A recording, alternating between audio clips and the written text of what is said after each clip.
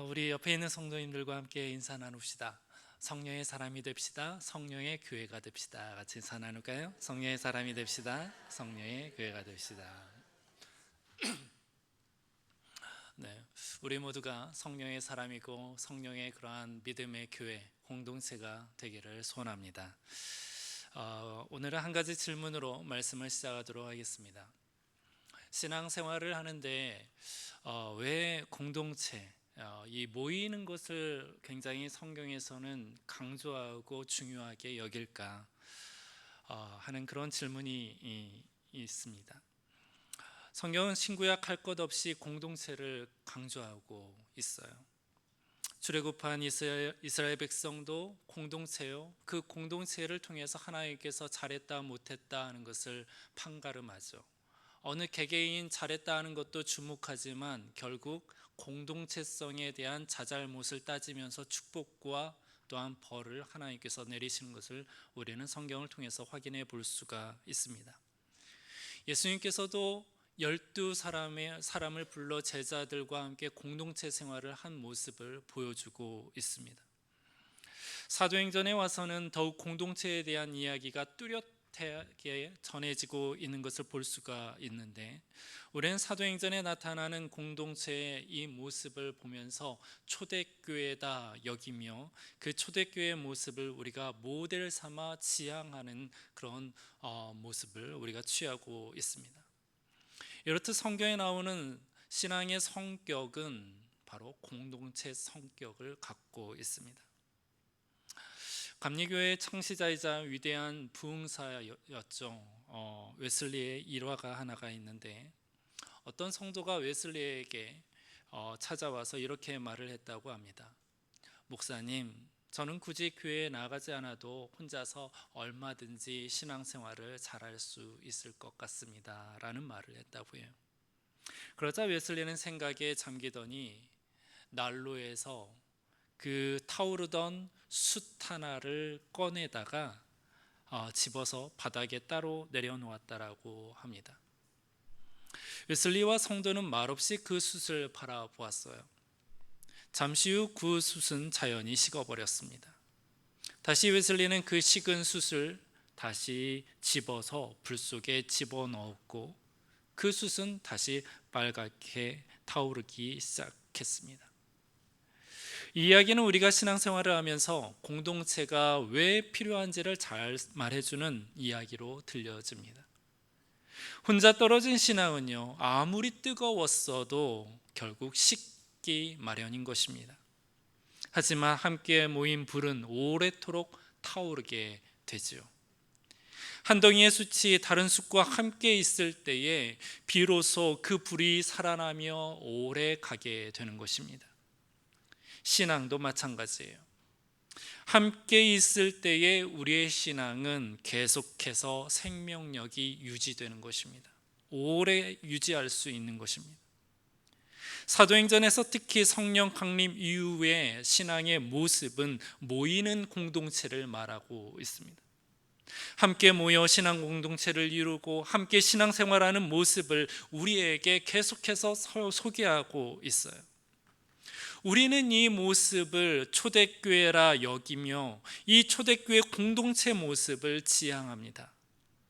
성령 강림 후에 가장 영적으로 또한 순수한 모습으로 탄생한 신앙 공동체, 그 시작이 과연 어떻게 시작하였는지 오늘 우리가 읽은 본문에서 보여주고 있습니다. 이제 함께 이 본문의 말씀을 살펴보며 은혜 받는 시간, 또한 도전받는 시간 되기를 주님의 이름으로 축복합니다. 오늘 본문의 앞 내용은 사도 베드로가 일어나 설교를 한 내용이죠. 성령의 감동으로 말한 설교의 내용은 누구든지 주의 이름을 부르는 자는 구원을 받으리라 라는 열려져 있는 구원의 초청을 하였습니다. 누구든지 주의 이름을 부르는 자는 구원을 받으리라. 또한 다윗시를 인용하여서 하나님께서 그의 독생자 예수 그리스도를 다시 살렸으며 지금도 살아서 하나님 보좌 우편에 앉아 계셔서 우리의 주가 되게 하셨고 우리의 그리스도 메시아가 되게 하셨다, 심판자가 되게 하셨다라고 선포하였습니다. 십자가의 처형을 외쳤던 이스라엘 사람들과 한때 예수님을 따르고 메시아라 섬겼던 그런 사람들, 그 많은 사람들이 베드로의 입 밖으로 선포되어진 성령의 음성에 찔림을 받게 되었습니다. 우리 37절 말씀인데 우리 37절 말씀을 다시 한번 읽어보도록 하겠습니다. 시작. 그들이 이 말을 듣고 마음에 찔려 베드로와 다른 사도들에게 물어 이르되 형제들아 우리가 어찌할꼬 하거늘. 여기서 찔렸다, 찔리다라고 나오죠. 찔리다라고 번역된 이 헬라어 단어 카타니소라는 단어는 깊숙이 관통하다라는 의미를 갖고 있습니다. 즉 전쟁 중에 적군의 날카로운 칼과 창에 몸이 관통되어 치명상을 입는 그때의 카타니소라는 단어를 사용합니다. 그러니까 베드로의 설교가 앞에 있는 군중들의 마음에 엄청난 찔림, 엄청난 충격을 가했던 것입니다. 말씀은 성령의 검이라 하였습니다. 성령님께서 말씀을 들고 한 사람을 찾아오실 때에 일어나는 일이 무엇입니까? 날카롭고 예리한 검으로서 한 사람의 마음, 영혼까지도 해체시키고 그 안에 있는 것들을 폭로시키며 그러한 것들 중에 안 좋은 것들을 다 제거하는 것이 바로 성령의 검, 말씀이 우리에게 찾아왔을 때 나타나는 현상들입니다. 히브리서 4장 12절 말씀에 보면 이런 말씀이 있죠. 하나님의 말씀은 살아있고 활력이 있어 저위의 날선 어떤 검보다도 예리하여 혼과 영과 및 관절과 골수를 찔러 쪼개기까지 하며 또 마음의 생각과 뜻을 판단하나니 라고 기록되어 있습니다. 혼과 영과 관절과 골수를 찔러 쪼개기까지 한다. 이 말의 뜻이 과연 무엇일까? 누구도 들어올 수 없는 인간 존재, 내 안의 존재의 가장 내밀한 영역까지 말씀이 칼처럼 후비고 들어가는 것입니다. 그래서 내 안에 있었던 아집이며 세상적으로 쌓여있던 가치관, 이 모든 것들이 포장되어 있었던 것들이 하나님의 말씀의 검과 함께 해체된다라는 것입니다. 다 해체되어서 나의 진짜 모습과 말씀이 직면하게 된다라는 거예요. 그때 비로소 내 자신의 영혼의 상태가 어떠한 상태인지, 내 영혼이 어떠한 현재 위치에 있는지, 내 영혼의 주소를 확인하게 되는 것입니다. 그래서 성령이 역사하는 베드로의 설교의 군중들은 한결같이 이 날카로운 말씀 앞에 이렇게 반응하는 것입니다. 우리가 그러면 어찌할꼬? 우리가 어찌해야 할까? 그렇게 탄식하는 것입니다. 사랑하는 성도 여러분들, 우리가 하나님의 말씀을 읽거나 또 하나님의 말씀을 들을 때에 내 영혼에 탄식하는 순간들이 있지요. 내 가슴을 치며 후회하는 순간들, 내 과거의 사건들을 돌아보게 하는 것들, 그 순간들이 있습니다. 이제 내가 어찌할꼬 라면서 한숨이 쉬어지는 때가 있습니다.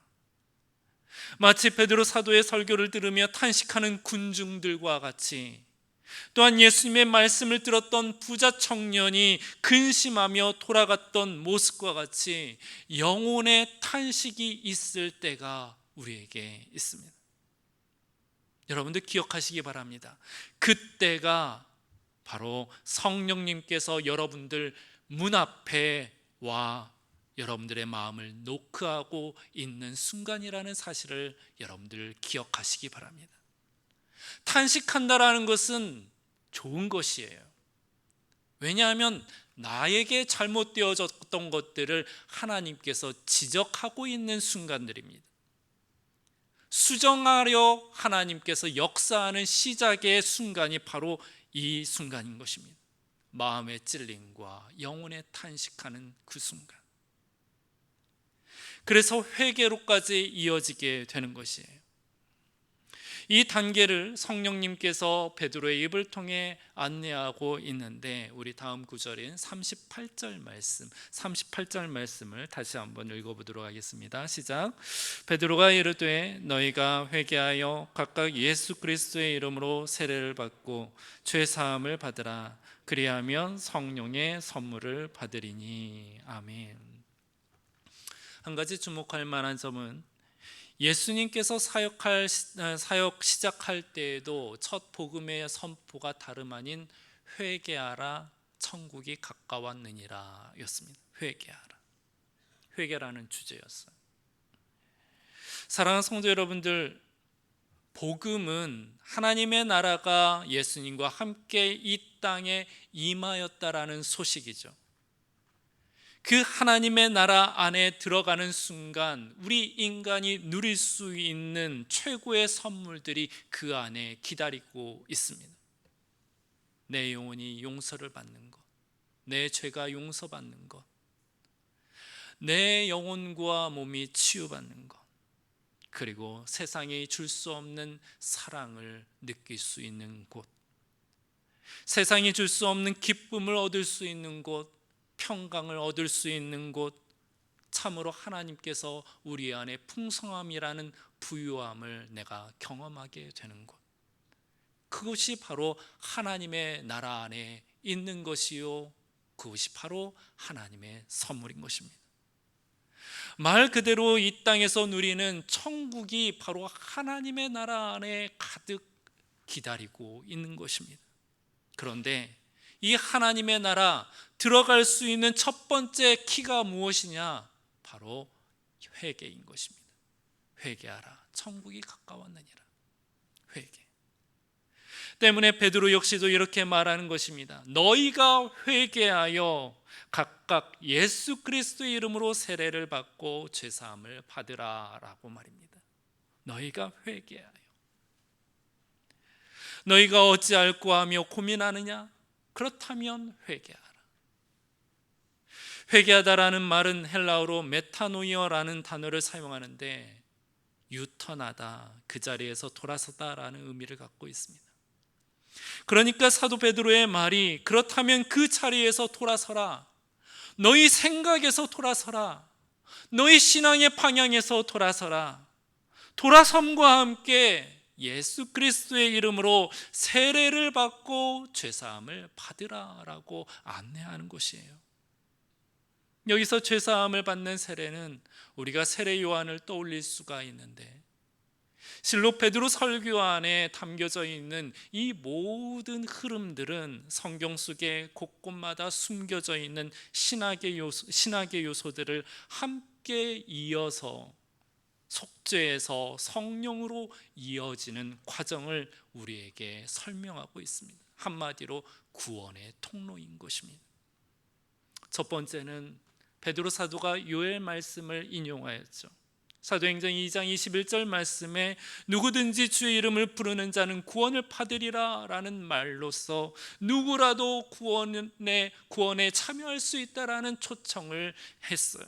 누구라도 구원을 받을 수 있다. 이방인이더라도, 또한 유대인이더라도, 그 누구라도 다 하나님의 구원에 참여할 수 있다라고 이야기합니다.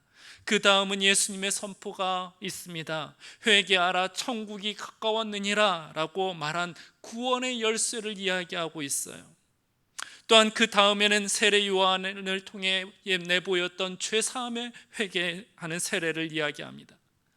세례를 통해서 너희의 죄를 씻김 받아라, 죄가 사하여질 것이다, 세례를 이야기합니다. 마지막으로 예수님께서 제자들에게 명령하여 주셨던 지상대명령, 아버지와 아들과 성령의 이름으로 세례를 베풀고 내가 너희에게 분부한 모든 것을 가르쳐 지키게 하라. 가르치고 지키게 하는 것. 이 모든 과정들은 자연스럽게 연결된 과정들이요, 세례와 함께 약속대로 성령을 선물로 받게 되는 은혜의 과정들인 것입니다. 더 쉽게 표현하면요, 내 영혼에 방이 있습니다. 누구라도 영혼에 방이 있죠. 자연인인 사람들에게도 영혼에 방이 있고요, 그리스도인들에게도 영혼의 방이 있습니다. 근데 내 영혼의 방 속에 거룩하신 성령 하나님의 방을 따로 마련하는 것과 같은 것입니다. 지금까지는 내 안에 성령님이 계시지 않았으며 나 홀로 내 방 전체를 차지했어요. 마음껏 살았습니다. 죄를 지키기도 하고 윤리를 따져 지켜내기도 하고 이래저래 마음껏 살았던 것이 자연인의 모습이에요. 그냥 내 방을 독차지한 거예요. 내 인생에 내가 인생의 왕자에 앉아서 나 혼자 독점한 것입니다.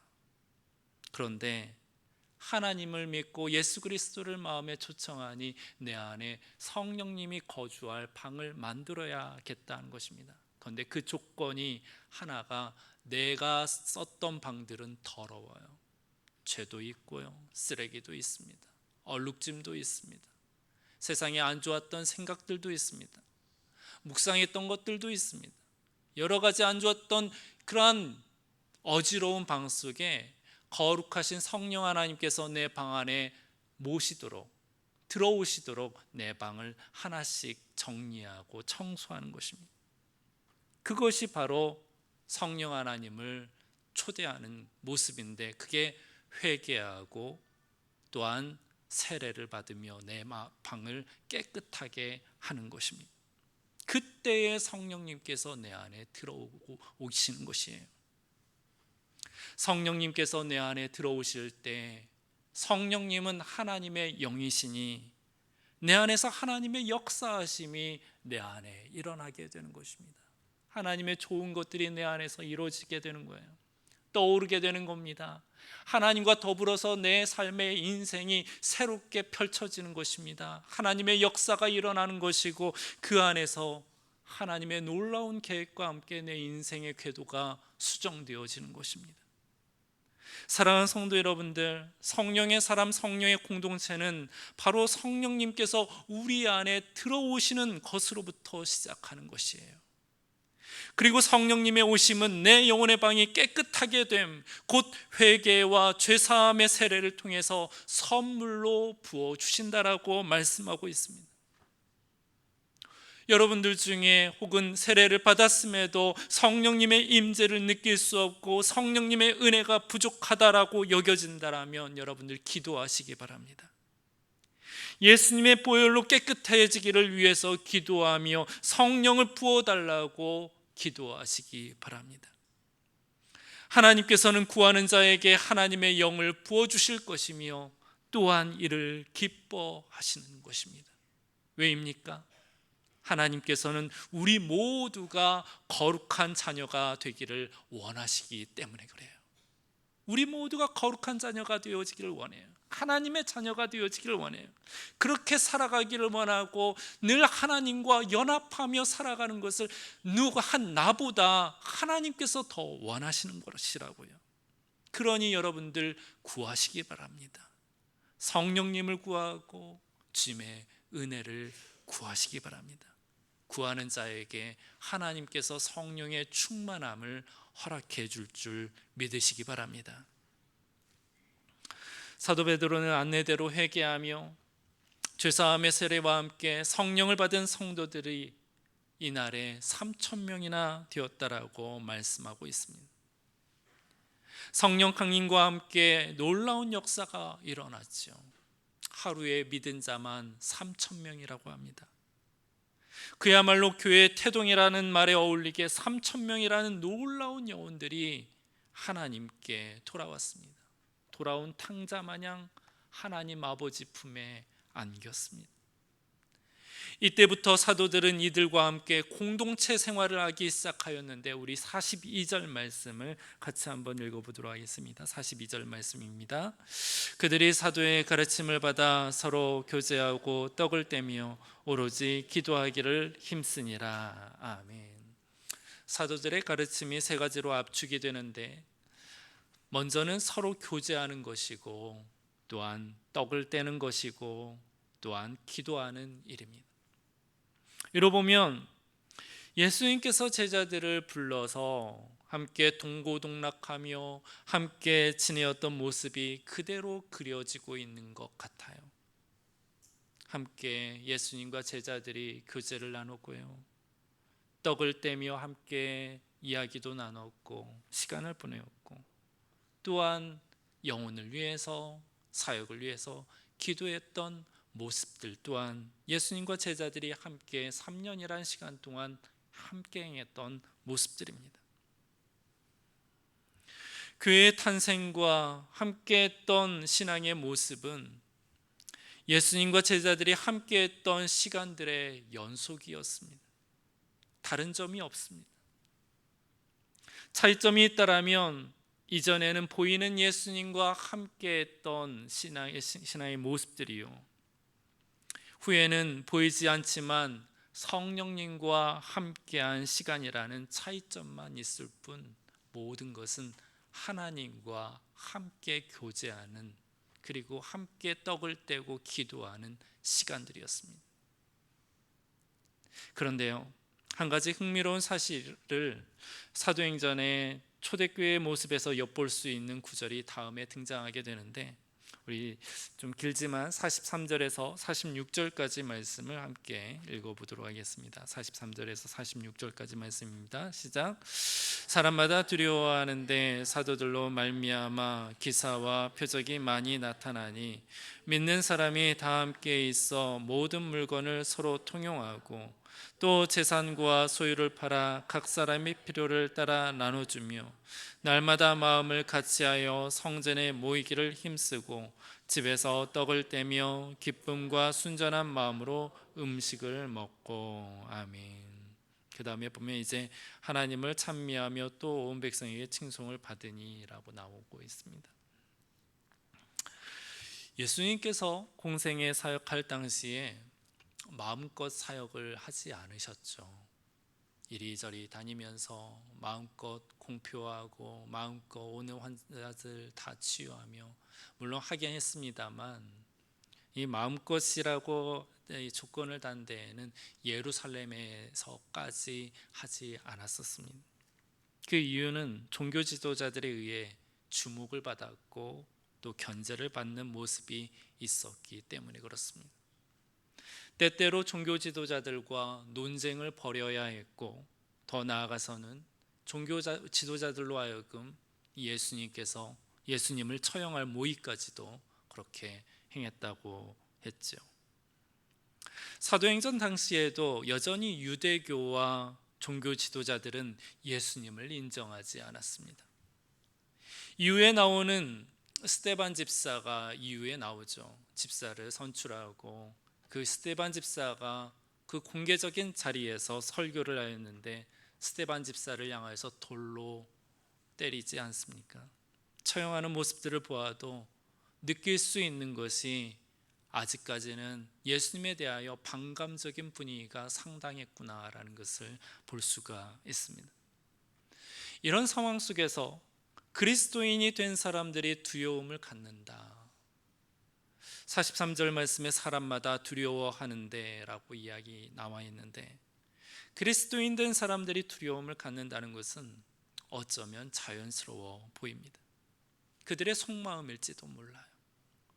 하지만 이때에 43절에 나와 있는 것처럼 사도들로 말미암아 기사와 표적이 많이 나타나니, 이 구절 이후에 공동체에 대한 이야기가 44절부터 나오고 있죠. 이때의 사도들로 말미암아 기사와 표적들이 많이 나타난다라고 이야기를 합니다. 그러니까 한편으로는 두려움이 있기도 하지만 또 한편으로는 사도들로 말미암아 기사와 표적들이 많이 있다라고 이야기하고 있어요. 그래서 믿는 사람들이 함께 모여서 그 안에서 공동체 생활을 하는데 물건도 함께 사용하기도 하고 재산과 소유를 팔아 불쌍한 사람들의 필요를 채워주는 등 성전에 모이기를 힘쓰고 집에서는 함께 떡을 떼고 하나님을 찬미한다라고 하나님의 나라를 그려내고 있습니다. 한편으로는 두려운 마음을 갖고 있는 채로 말입니다. 성도들은 외부로부터 고발과 핍박이 있을세라 두려움도 있었지만, 하지만 주님을 믿는 공동체 안에는 기사와 표적들이 나타나며 무엇이 참 진리인지를 경험하게 되었습니다. 신앙의 열매가 여기에 있었던 것이에요. 신앙의 열매가 목격되었던 것입니다. 예수님의 제자들 역시도 주변에 시선들이 있었죠. 유대교에서 고집하는 율법 질서의 두려움도 있었겠죠. 안식일을 지켜라. 안식일에 병든 자들을 고치는 것은 율법에 위반하게 된 것이다.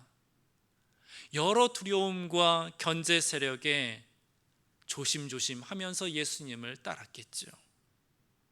하지만 이 모든 두려움을 무마시키고 예수님을 열심으로 따를 수 있었던 것은 다름 아닌 예수님 그 다니는 모든 길 속에 하나님 나라의 열매가 보였기 때문에 그렇습니다.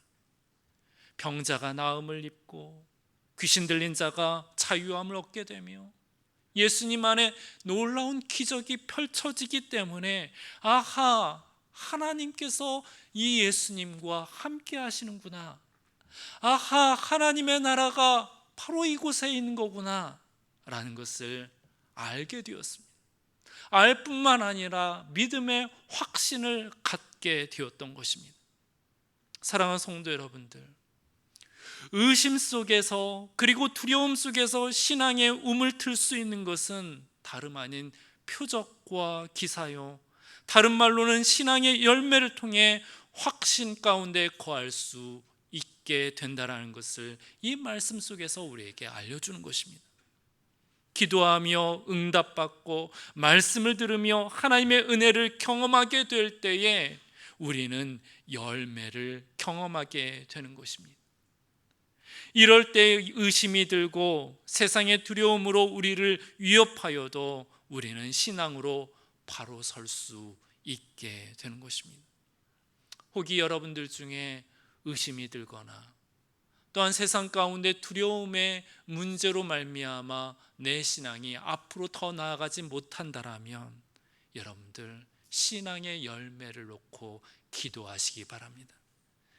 그 신앙의 열매를 우리가 눈으로 확인하고 내 손으로 만질 때에 하나님께서 나를 이곳으로 인도하시는구나 라는 것을 확신하게 될 줄 믿습니다. 기적과 표적을 목격하며 우리는 그야말로 성령님의 인도하심을 받게 된다라는 믿음의 확신이 서게 되는 것입니다. 또한 성령의 공동체, 그 공동체를 이루게 되는 것입니다. 타인을 위한 나눔과 헌신, 그리고 봉사하는 것, 하나님의 나라를 전하는 것, 이 모든 것들은 내 안에 신앙적인 윤리의 도전의 문제가 아니에요. 그럼 어떤 문제냐? 내 안에 신앙의 확신의 문제인 것입니다. 신앙의 확신이 있을 때에 우리는 나눔도 할 수 있고 헌신도 할 수 있으며 봉사도 할 수 있고 하나님의 나라도 담대히 전할 수 있게 되는 것입니다. 사랑하는 성도 여러분들, 우리가 성령의 공동체가 되는 것, 또한 초대교회의 모습을 취하는 것, 성경적인 교회를 회복하게 하는 것, 그 모든 것들은 성령 안에서 그 열매를 확인하며 앞으로 나아가게 될 때에 가능하게 되는 줄 믿으시기 바랍니다. 그러니 우리 모두 성령님을 의지하며 기도하고 하나님을 체험하며 또한 믿음의 놀라운 열매를 경험하고 또한 신앙의 열매를 많이 맺어서 믿음 위에 굳게 세움받는 성도들이요, 또한 믿음의 공동체 되기를 주님의 이름으로 축복합니다. 이 시간 주신 말씀을 놓고 함께 찬양하며 나가도록 하겠습니다. 그래서 함께 찬양할 때 우리 교회를 바라보며 하나님 생명력 있는 교회 되기를 원합니다. 성령 하나님, 우리 교회 가운데 운행하시고 역사하시며 또한 하나님께서 우리 가운데 놀랍게 충만함으로 하나님 임재해 달라고 이 시간 함께 찬양하며 기도함으로 나가도록 하겠습니다. 함께 찬양합시다.